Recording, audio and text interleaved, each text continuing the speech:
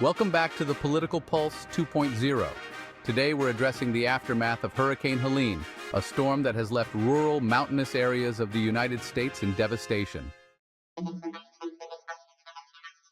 Recently, Donald Trump claimed the Biden administration is only offering those affected $700, but this isn't entirely accurate.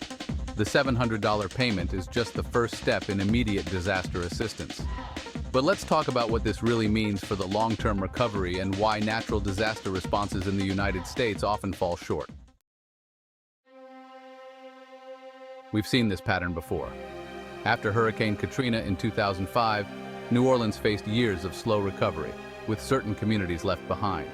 Similarly, after Hurricane Ian hit Fort Myers, Florida, the recovery was slow, highlighting gaps in infrastructure support. And most recently, we saw what happened in Maui after the devastating fires.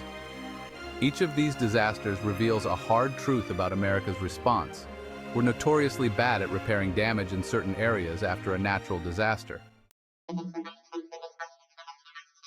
So is Trump right in saying that $700 is all people will get?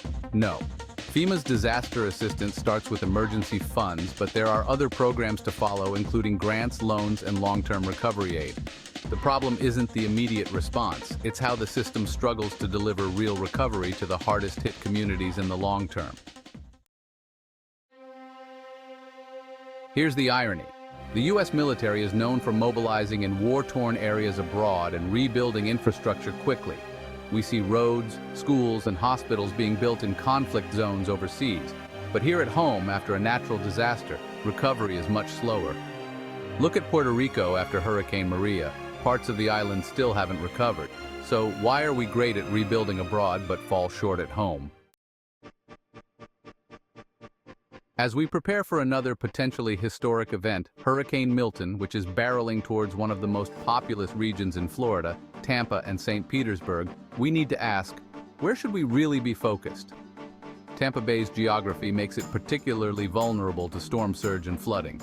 According to the Tampa Bay Regional Planning Council, a major hurricane hitting this area could cause tens of billions in damage. So, what should we really be asking? Why do we continue to underfund and underprepare vulnerable areas for natural disasters? Why is there such a discrepancy in how quickly certain areas recover versus others?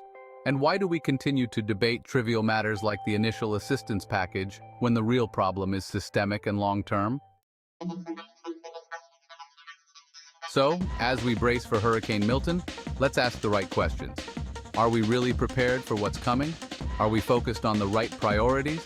And can we start holding our leaders accountable, not just for the initial response, but for the long-term recovery? Let me know what you think in the comments, and don't forget to like and subscribe to the Political Pulse 2.0 for more insights on the issues that matter most.